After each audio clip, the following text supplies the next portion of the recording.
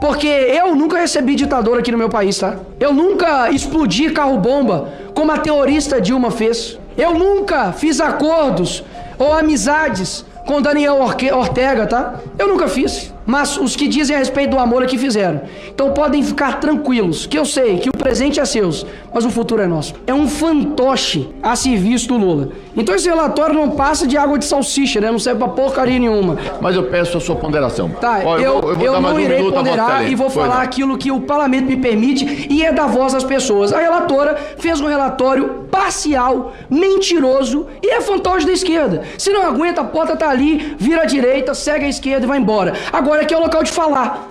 E quando nós falamos, a gente tá incomodado. Eu lembro um dia que a relatora chegou lá e falou pra gente assim, vai chorar mais, né? Pode chorar. Aí quando a gente fala, aí diz que é ofensa. Ofensa, né? Porque quando a gente ataca dizendo a verdade, aí é ofensa. Mas chamarmos nós aqui de terroristas, de fascistas, de pessoas que alimentam ódio, aí tudo pode. Aí é democracia. A vontade deles é de acabar com a gente. Ah, se eu pudesse colocar esse menino, nessa criança, na cadeia, se eu pudesse caçar esse menino pela democracia. Ah, se eu pudesse, né, senadora Damares? Mas deixa eu contar uma coisa pra vocês, a gente só começou. A gente só tá começando. Deputado Nicolas Ferreira desabafa e esfrega na cara da esquerda toda mentira sobre o tal golpe e sobre esse fatídico 8 de janeiro que já completou 3 anos. Vocês vão ver aqui agora, olha o que o Nicolas Ferreira falou ali na lata, na cara, e mandou até o presidente ficar na dele ali, o presidente da sessão.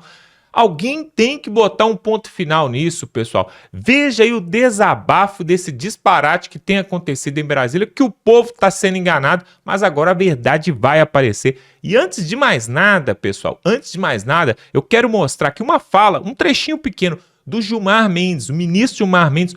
Olha o que ele falou. Parece que ele mudou de ideia sobre o golpe. Então não houve golpe, Gilmar Mendes? Olha um trechinho aí, 10 segundinhos, o que o Gilmar Mendes vai falar sobre o golpe e em seguida o Nicolas Ferreira desceu o bambu ali em todo mundo, sobrou para todo mundo, perderam o rumo de casa. Dá um like neste vídeo, se inscreve no canal para ver outras matérias como essa. Se você quer ver o Brasil mudar, então se inscreva aqui no canal. Gilmar Mendes mudou de ideia, será? Depois o Nicolas Ferreira. Confira aí. O ministro do Supremo Tribunal do Brasil, Gilmar Mendes, considera que não existiu uma tentativa clara de golpe de Estado no passado dia 8 de janeiro.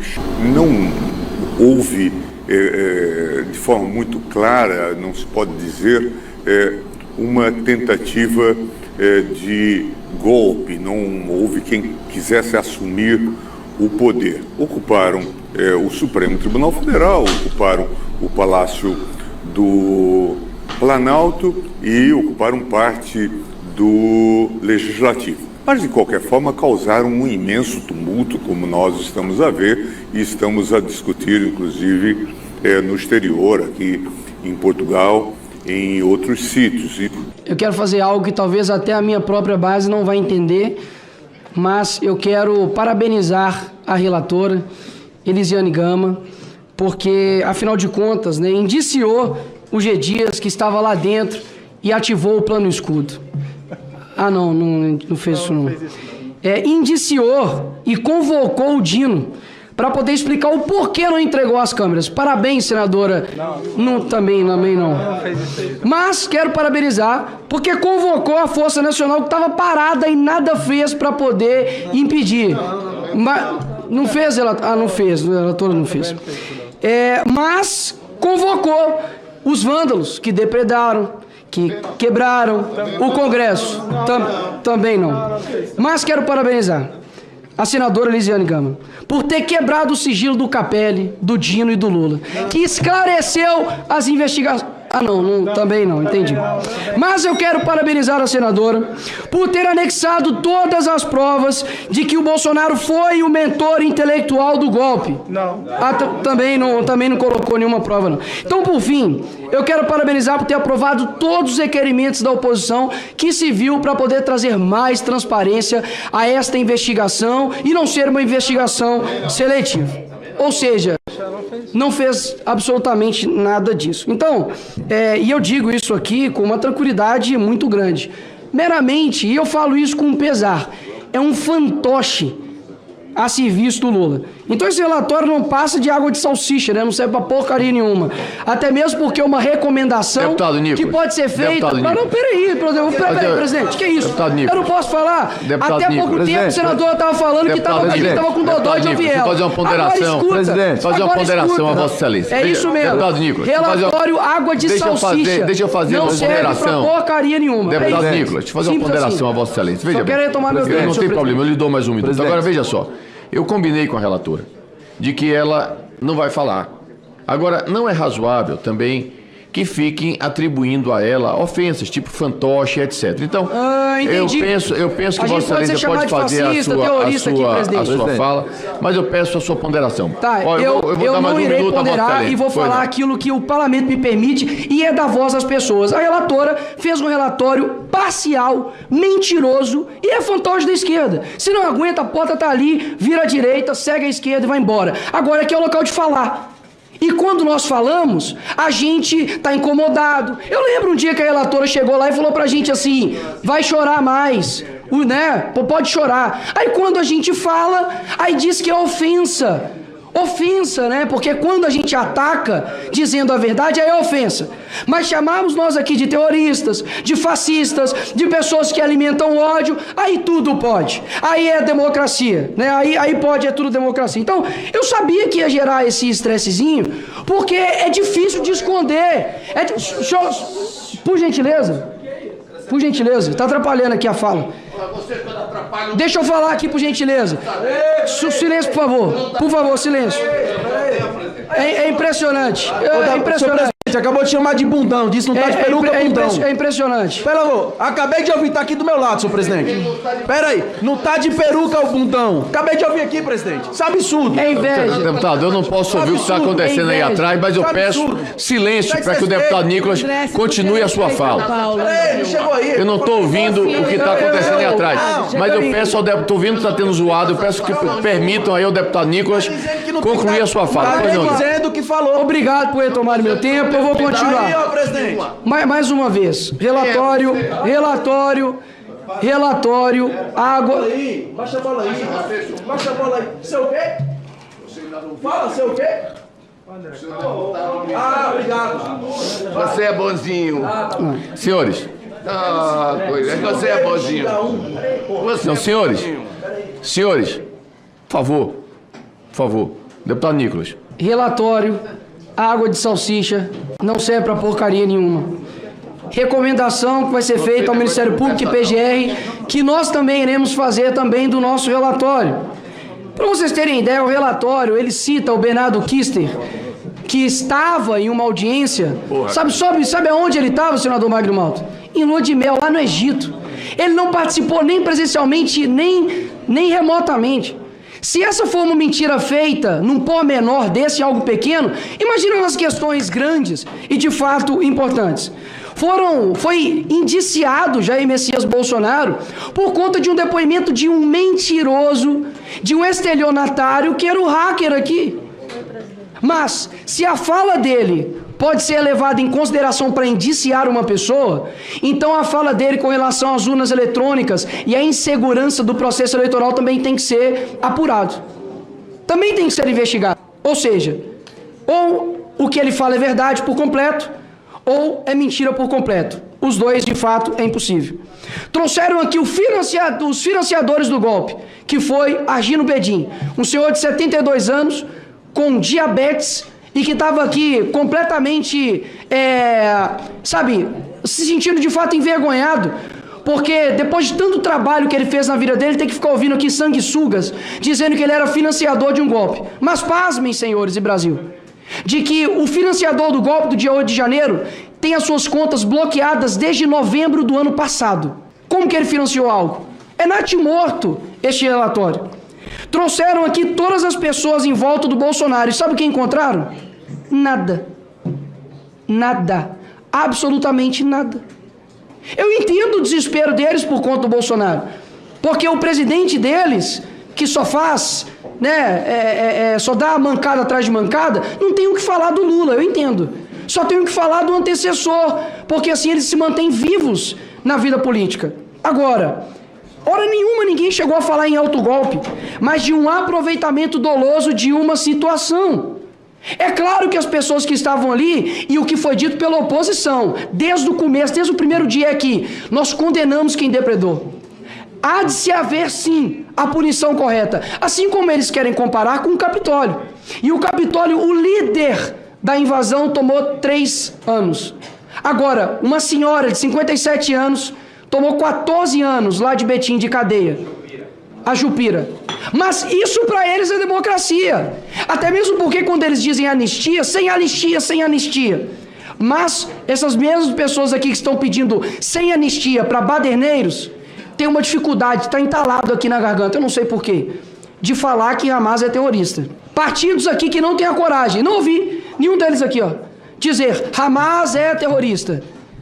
Eles têm um ímpeto muito grande de falar que pessoas que entraram e cometeram erros, de fato, crimes de depredar patrimônio público, são terroristas. Enchem a boca. Claramente numa vontade de perseguir e acabar, amedrontar as opiniões contrárias a deles. Porque a democracia deles só se é sustentável quando só há uma fala. Onde já se viu pessoas falarem aqui em democracia com foice e martelo na mão, sabe? Quando as pessoas falam assim, mas vocês são adversários, eu digo, nós somos adversários sim, inimigos também. Eu não sou amigo de quem paga aqui, sabe, de uma virtude moral, mas por detrás se faz de vítima. Quando, por exemplo, ameaça, fica vendo o que você vai estar falando aí, que você vai ver que você vai tomar pela cara. E depois se faz de vítima. Esse é o padrão moral desse pessoal que está aqui. Mas isso aqui foi desnudado, senador Magno Malta, foi desnudado. Eu vi senador hoje falando aqui que eu nunca vi a cara dela. Não sabia nem quem parabenizar, porque eu não conheço nem quem é o presidente, nem quem é a relatora. Parabenizou tipo genérico, porque nem aqui estava. Pessoas que não assinaram aqui se colocaram como a CPMI do golpe. Na verdade, eu chamo essa CPMI da verdade. Foi demonstrado quem é quem aqui. Pessoas que se usaram, né, do nome do presidente Bolsonaro para poder se eleger e agora é uma contumaz defensora da democracia e contra o Bolsonaro. A cara não treme. Mas 2026 está aí, é por isso que é a raiva. Porque teve um deputado aqui anteriormente que disse assim, foi indiciado na CPMI do Covid, foi indiciado na CPMI do golpe e mais uma pode se pedir fantástico. E daqui a pouco, em 2026, retorna a ser presidente. É isso que vai acontecer. Agora, sabe qual que é o desespero deles, André Fernandes? Sabe qual que é o desespero deles, Marcos Rogério? Sabe qual que é o desespero deles, delegado Ramagem? É que só tem 10 meses que a gente está aqui. A gente só começou. A vontade deles é de acabar com a gente. Ah, se eu pudesse colocar esse menino, essa criança, na cadeia. Se eu pudesse caçar esse menino pela democracia. Ah, se eu pudesse, né, senadora Damares? Mas deixa eu contar uma coisa para vocês. A gente só começou. A gente só está começando. E graças a Deus, a gente está com muita força para ir continuando. Sabe por quê? Porque eu sim, a gente pode andar livremente nas ruas, no aeroporto, em qualquer lugar. Agora, muitos daqui não. Só tem que ir nos restaurantes dos amigos, nos locais dos amigos. Afinal de contas, vai tomar uma vaia muito grande. Porque a verdade foi desnudada aqui nesse local.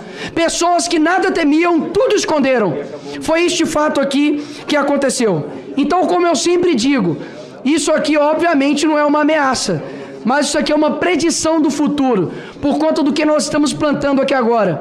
A direita, uma parcelinha da direita, que errou agora sim com isso, mas que sempre fez manifestações pacíficas, errou, porque achou que tomar o poder é tomar o espaço físico. Não é dessa forma que nós vamos conseguir mudar o Brasil.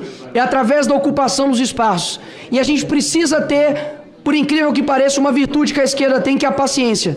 Eles morrem sem ver aquilo e matam, né? Sem ver aquilo que eles estão desejando acontecer. Mas muitos acabam que de direita são muito histéricos quanto às mudanças. Mas eu digo para vocês, nós já começamos a tomar os conselhos tutelares, já começamos a ocupar as CPMIs, já começamos a mostrar que há uma voz dissonante dessa mentirosa, dessa, como a Bíblia diz, 2 Timóteo, que falam do amor, mas negam o seu poder. Só tem embalagem de amor. Porque eu nunca recebi ditador aqui no meu país, tá? Eu nunca Eu nunca explodi carro-bomba como a terrorista Dilma fez. Eu nunca fiz acordos ou amizades com Daniel Ortega, tá? Eu nunca fiz. Mas os que dizem a respeito do amor é que fizeram. Então podem ficar tranquilos, que eu sei que o presente é seu, mas o futuro é nosso. Obrigado. Pois é, pessoal, um absurdo tudo isso. Agora você vai ver um advogado, o advogado dos presos do 8 de janeiro. Tem um advogado que está cuidando disso tudo lá. São mais de 150 presos, tem homem, tem mulher, tem senhora, tem tudo quanto há. Ele vai falar que é um absurdo que você não imaginava. Você não imaginava. Ele foi ali na Rádio Auriverde, do Pitoli. Inclusive, você deve se inscrever ali no canal do Pitoli. Preste atenção no que o advogado vai falar sobre esse 8 de janeiro que completou 3 anos. Que absurdo que ele vai nos contar aqui. Coloca aí na tela, voltamos em seguida. Naquele domingo, 8 de janeiro de 2023, eu confesso que eu havia sido informado que algo poderia acontecer do ponto de vista, um movimento em Brasília, mas jamais imaginei que seria uma emboscada, né? E quando eu liguei a TV à tarde, nós éramos filiados à Rede Jovem Pan, assistindo a Jovem Pan e os acontecimentos, eu confesso que eu passei a viver um luto. E tanto é que no dia seguinte, na segunda-feira, 9 de janeiro aqui, nessa rádio, nesse estúdio, eu não sabia se eu colocava a bandeira aqui atrás, eu não sabia, dúvida, eu coloquei, se eu executava o hino nacional para não parecer provocação. Olha o momento que vivemos. Doutor Ezequiel, está pronto, Edson? E no meio disso tudo, famílias destruídas, vidas destruídas. E eu começo a minha jornada hoje conversando com o doutor Ezequiel Silveira, que ao lado de doutora Carolina Siebra e doutora Gabriela Ritter, compõem a ASFAV, que é a Associação dos Familiares e Vítimas do 8 de janeiro. Doutor, bom dia, obrigado por conversar conosco. Mais um 8 de janeiro, doutor, e a gente ainda lutando pela liberdade de inocentes. Eu acho que nenhum de nós imaginava que, a partir do dia 8 de janeiro de 2023, as nossas vidas mudariam tão drasticamente. E quando eu digo as nossas vidas, não falo apenas das nossas vidas enquanto advogados, das vítimas, das famílias, das pessoas sérias que pensam no nosso país, como é o seu caso, o caso da Rádio Auriverde, mas de toda a nossa nação. O 8 de janeiro marca um momento que houve uma virada de chave em que se concretizou, de fato, um golpe. Só que não é aquele golpe da narrativa do Supremo Tribunal Federal, do governo Lula, da velha imprensa. Um golpe que foi dado a partir ali das eleições de 2022, com uma condução absolutamente parcial por conta do TSE, e que se concretizou no 8 de janeiro, quando uma manifestação popular, pacífica, se tornou um momento ali de confronto com algumas poucas pessoas que estavam ali cometendo crimes. E aí, a partir daí, a gente vem vivendo esse verdadeiro pesadelo nesses últimos 3 anos, lutando, tentando trazer a justiça, tentando trazer a verdade, porque a justiça só pode vir através da verdade. E hoje a gente tem mais esse marco, né? Inicia-se o 4º ano de luta. Nós gostaríamos muito, muito, muito de estar aqui hoje para dizer: esquecemos aquilo que ficou para trás, aquilo foi só um momento difícil na nossa trajetória, na nossa vida, na história da nossa nação, mas que hoje já está tudo resolvido, as pessoas já estão em casas, quem estava encarcerado foi liberado, mas infelizmente isso não aconteceu. Mas da mesma forma, como nós continuamos lutando em 8 de janeiro de 2024, 8 de janeiro de 2025, a partir de 8 de janeiro de 2026, nós iniciamos uma nova etapa, mais um capítulo, e vamos continuar lutando para que, quem sabe, em 8 de janeiro de 2027, a gente possa voltar aqui e dizer: graças a Deus, tudo isso passou, temos aí um novo governo, uma nova administração, um parlamento mais à direita, e as coisas vão começar a voltar para o seu lugar a partir de agora. Sabe, doutor, primeiro enaltecer o trabalho da ASFAV, que corajosamente segue lutando por esses injustiçados. E eu tenho uma fala já de há muito tempo, doutor, e eu quero reiterá-la aqui hoje, que é a seguinte: nós temos o Clezão talvez como o símbolo maior dessa injustiça, porque pagou com a própria vida. Só que nós jamais teremos a possibilidade de mensurarmos quantos já morreram em função dessas injustiças. E eu digo, doutor, esposas, maridos, pais, mães, avós, avós, que por tristeza, depressão, doenças desenvolvidas a partir da prisão de seus entes, né, de pessoas queridas, inocentes, longe de casa, presos por 4, 5, 7, 11 meses, a tornozeleira que destruiu a vida de famílias inteiras. A Débora, o Caio e o Rafa, os filhos da Débora do Batom, por exemplo, que sofreram a ausência da mãe. A vida desses garotos, por exemplo, né, a gente não tem condição de dizer se essa vida vai ser uma vida normal daqui a tanto tempo, em função da ferida aberta. Ou seja, nós temos o Clezão como símbolo maior dessa injustiça, doutor, mas jamais conseguiremos mensurar o tamanho do estrago causado na vida de tantos, não é? É impossível, é impossível.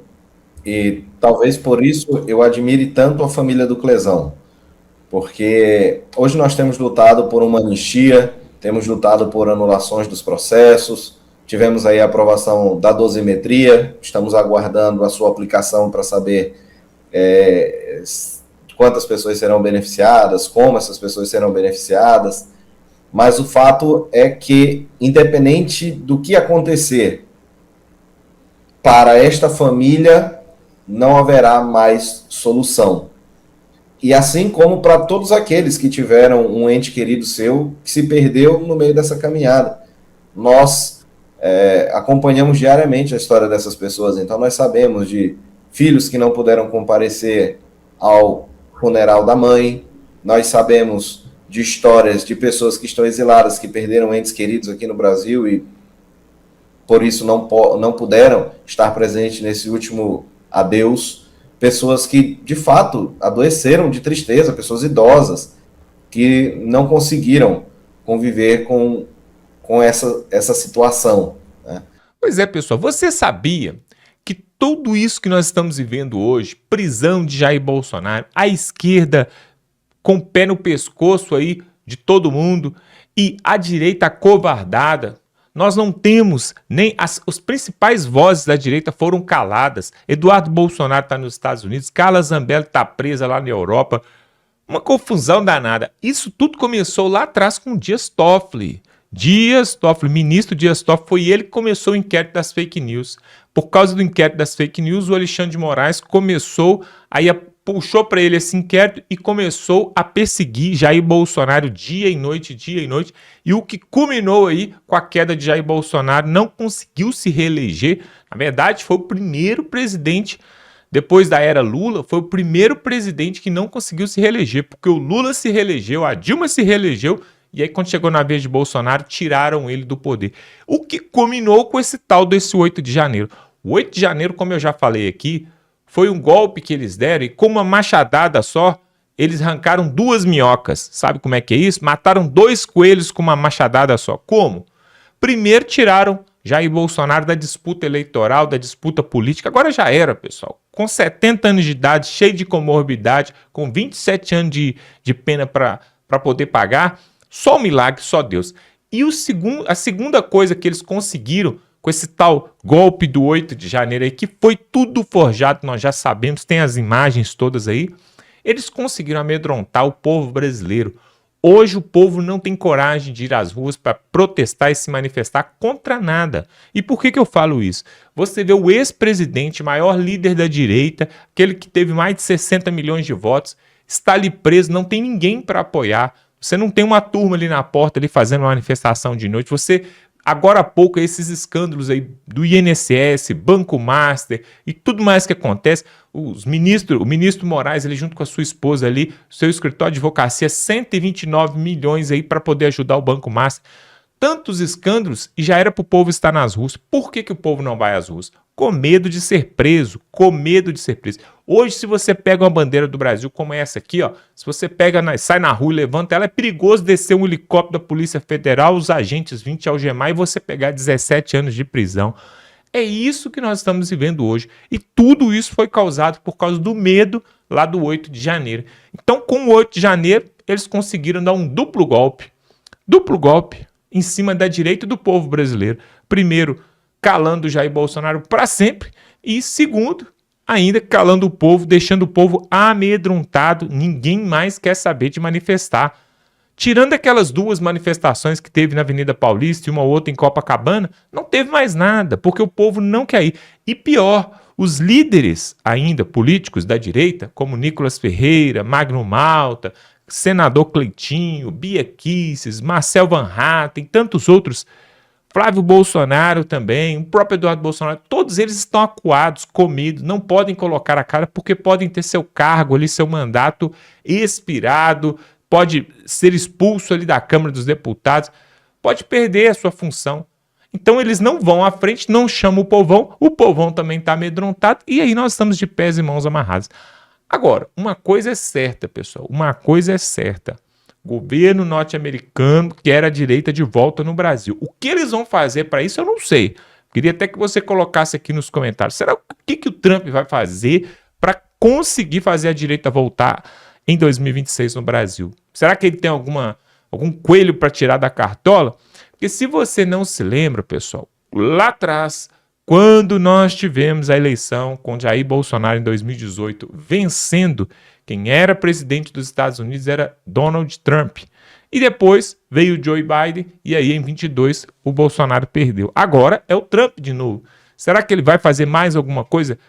Mandou a lei Magnitsky, mandou a sanção sobre produtos do Brasil, tirou o visto de alguns ministros, depois voltou com a lei Magnitsky aí, revogou a lei Magnitsky e agora prendeu o Maduro. O que mais pode acontecer em 2026 para que a direita possa voltar ao poder? O que você acha? Será que ainda tem chance? Estamos aí há 3 anos já do 8 de janeiro e o Lula, pessoal, o Lula pegou aquele projeto de anistia que estava ali para ser votado na Câmara, né? Da Câmara ia para o Senado, que o Hugo Mota sentou em cima e ficou enrolando. O que aconteceu? De repente, em troca da lei Magnitsky ali para o Moraes, definiram, então, fizeram um acordo que seria uma dosimetria. Então não é anistia, é dosimetria. O quê? Redução das penas dos presos do 8 de janeiro, dos generais e também de Jair Bolsonaro. Aí o Congresso votou, provou o texto, e aí o texto foi para a sanção do Lula. Sabe o que aconteceu? O Lula vetou. Ele vetou em som de festa, em clima de festa sobre a liberdade e a democracia dos 3 anos do 8 de janeiro, que evitaram o tal do golpe. E com essa narrativa de golpe, ele veta a dosimetria. Aí agora ficou elas por elas. Agora o que eu quero saber é o seguinte: se houve um acordo, presta atenção, se houve um acordo entre o governo norte-americano de tirar a lei Magnitsky de Alexandre de Moraes e da esposa dele, em troca dessa tal dosimetria, que também não serve para nada, abaixar 5 anos na pena de Bolsonaro vai mudar nada, e dos generais também.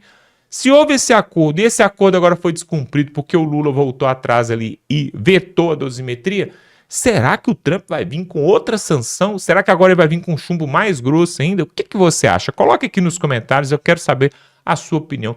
E outra, temos que pensar também o seguinte, pessoal, nesse ano eleitoral, agora começam as coligações, né? Começam os partidos a fazer as coligações, inclusive é por isso que o Flávio Bolsonaro lançou a sua pré-candidatura. Muitos estão falando que o Tarcísio vai substituir o Flávio Bolsonaro quando chegar ali nos 48 do segundo tempo. Será? Não sei. Eu acho mesmo, pessoal, que o povo brasileiro deveria ficar bastante esperto, porque o Lula quer ter o seu 5º mandato ali, né? Na verdade, né, seu 4º mandato. Foram 2 lá atrás e mais 2 agora. São 5 mandatos do PT. Se o povo brasileiro não acordar, nós teremos Lula por mais 4 anos. É brincadeira uma coisa dessa. Mas, pessoal, nós não vamos desistir, nós vamos continuar aqui. Então, você se inscreve no canal. Amanhã nós vamos trazer um vídeo sensacional. Só vai receber quem tiver inscrito, porque realmente o YouTube não entrega para todas as pessoas. Mas se você quer receber e ser um dos primeiros, se inscreve aqui embaixo, aqui, ó, totalmente gratuito, e você vai ficar ligado. Nós não vamos desistir do Brasil, vamos continuar por aqui, denunciando e mostrando as verdades, assim como o Nicolas Ferreira fez aqui. Nós vamos continuar, tá bom? Dá um like nesse vídeo e estamos juntos.